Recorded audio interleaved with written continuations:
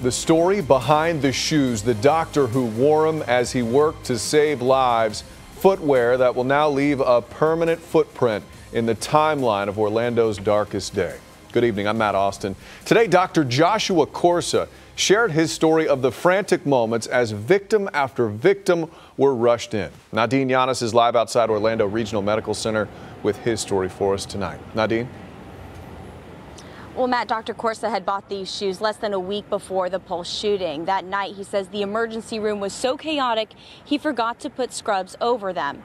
So it wasn't until the next morning that he walked back into the hospital for his shift that he saw they were soaked in blood. He said that's when the emotions came rushing in, and he was reminded of not only the pure evil, but the good that he saw on that June 12th morning. It wasn't until Monday morning when I came back to the call room and I saw them sitting there that it really sunk in. The sight of his blood-soaked shoes taking Dr. Joshua Corsa to 2 o'clock Sunday morning when he and his team of ER surgeons at hour 20 of their 24-hour shift got a trauma alert. And we had just kind of finished the last of our paperwork, and then everything happened.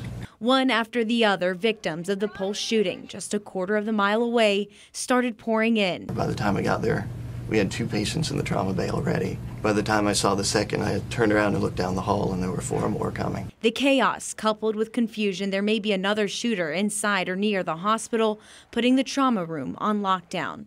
But first-year resident Dr. Shaylin Gala took the risk and went past the crash cart barricades to rush a patient into surgery. It's one of those moments, I guess, in life where you just have to decide, and you know that I knew that if I didn't make the right decision, I would probably, regret it later. I was like, let's roll.